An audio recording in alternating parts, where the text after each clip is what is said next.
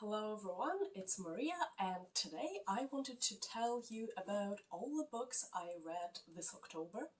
And all those books were cozy and a little bit scary, spooky. I wouldn't call them horror books, because I don't like the traditional horror with screamers, but I like psychological thrillers and mysterious books. So I'm going to tell you about the books I read and what I thought about them, and hopefully we can share our thoughts if you also read them. So I'm going to talk about 4 books. So I mentioned them in my to be read in video, and that's The Sweetness of Forgetting by Karen Harmel. My grandmother asked me to tell you she's sorry by Frederik Backman, and also Where the Crawdads Sing by Delia Owens, and Never Let Me Go by Kazu Ishiguro. And also, Kazu Ishiguro actually has a Nobel Prize in Literature, so he is definitely one of my favorite authors. I read a few of his other books. Yeah, I should speak about other books by him as well. So yeah, first, The Sweetness of Forgetting. Oh my god, I love that book so much, and it's one of those books where it's very positive, but it's not positive to extreme. So I remember there was this one case where my mom asked me to suggest a few books where like no one is dying and everything is good, like really positive books, and I gave her a few, and she said, okay, I ask you to give me some positive books, not like silly books. So yeah, The Sweetness of Forgetting by Karen Harmel is definitely one of those books which is positive but not silly. So the book itself actually focuses on the story of one family during the time of Holocaust and after the World War II. And now, like from the first glance, it sounds like, wow, what kind of happy story can that can that be? But in fact, actually, we have this backdrop of horrible things happening in Europe, but very good things happening on like interpersonal level, like people helping each other, families getting separated but then reunited. And actually, it's one of those books where you can kind of see what's coming, you can see what is going to be at the end of the book, but you still cheer on the characters, you still kind of grow to love them. And I find I would definitely recommend that book to anyone who is looking for a nice, positive read, but balanced. I would definitely even recommend it to a teenager, because one of the main characters is a teenager who learns about her family throughout the book, and I think it's also like a great example of what kind of things you can learn about yourself while learning about your family history. So yeah, definitely would recommend. The next book I wanted to talk about is My Grandmother Asked Me to Tell You She's Sorry by Frederik Backman. And this book is actually very, very sad. Like, I'm going to cry probably when I'll be talking about it. It's so sad. But I would still recommend reading that, because like a few points that the author is bringing up, they're really relevant for all of us. So basically the story is told from the point of view of a little girl. She is, I believe, almost 8 years old. Now in the book she sounds a little bit more adult, like a little bit more mature than 8-year-old, but I find that like her character is rather, like the author uses her character as a narrator to drive his point, so don't get hung up on this fact that she is little, but she talks sometimes like an adult. And basically, again, it's a story about uncovering the family history and learning about the past, and actually bringing together the pieces of the past to reconstruct your own identity.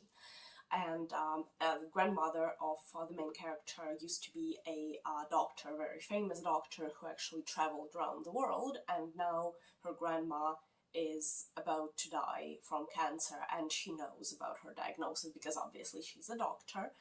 And this is like the story itself and how it's told. I think it really like emphasizes the point that what we have here, like life is really precious, and actually, you know, even though we know that life ends at some point, you can never really get prepared for it, nor you can ever get comfortable with that. But on the other hand, also the story goes into details about like what is that your relatives are leaving behind, and what does it mean to be like a part of this family history. So I really like that book, even though it's very sad.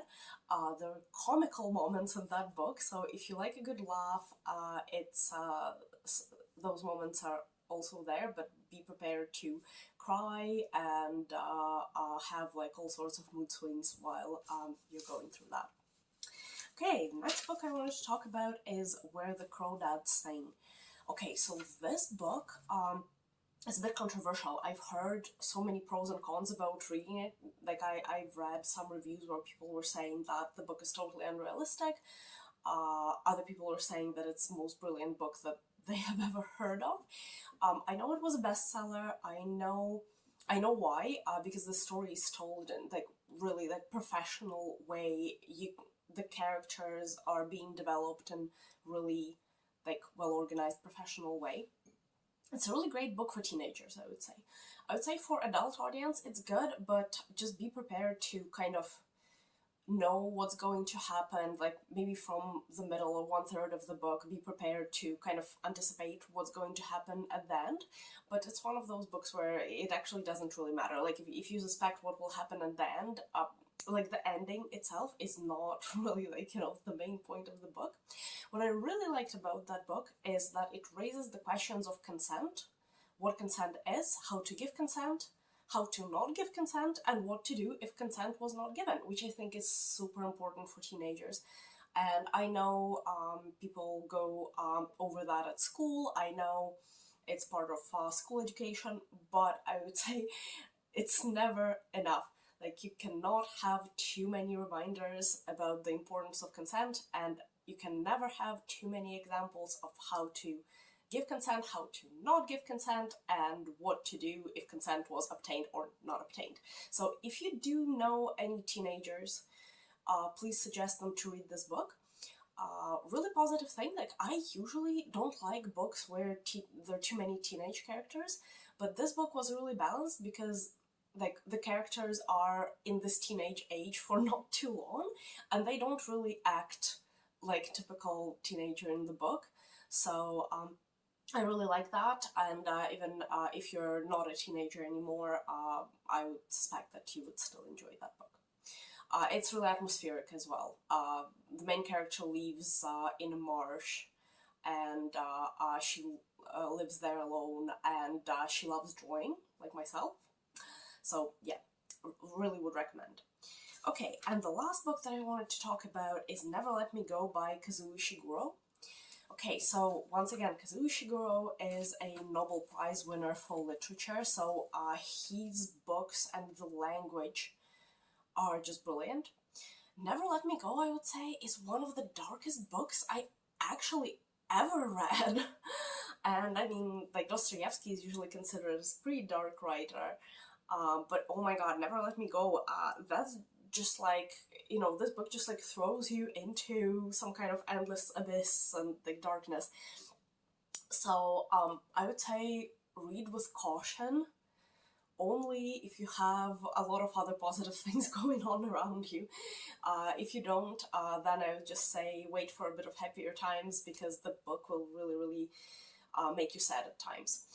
Now, like I've read a few arguments that some people are saying that Kazu Ishiguro actually went way too far and he made it way too dark. But you know what? I think in this book the situation really calls for it. So I think the main point of the book was not even like this.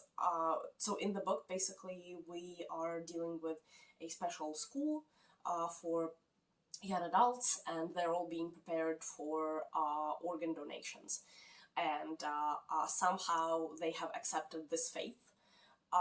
And somehow, like, things that are being presented to them as their, like, normality of life are really becoming normal to them, and they are, I wouldn't say they become okay with it. They try, like, some characters try to, like, rebel against that, but they cannot, and basically the book just gets darker and darker till the end. By the way, that's not a spoiler. I don't think, like, even if I told you what the ending was, I don't think that will explain all the story. So, yeah, I think the point of the book is not even this idea of dystopian society, it's just that, like, how easy it is to raise people, like a group of people, or a person as an individual, how easy it is to normalize something that would not be totally normal just by emphasizing this point every single day. So basically, Ishiguro shows us that if you try hard enough, and if you hammer it into someone's head hard enough, anything, even most horrible things, will go as normal. Because people get used to things really fast, and especially we're dealing with a group of young adults there and children are impressionable, you know, just by the nature of things. So yeah, and overall I would say my October reads were all great. I would recommend all the books. I would definitely reread them again.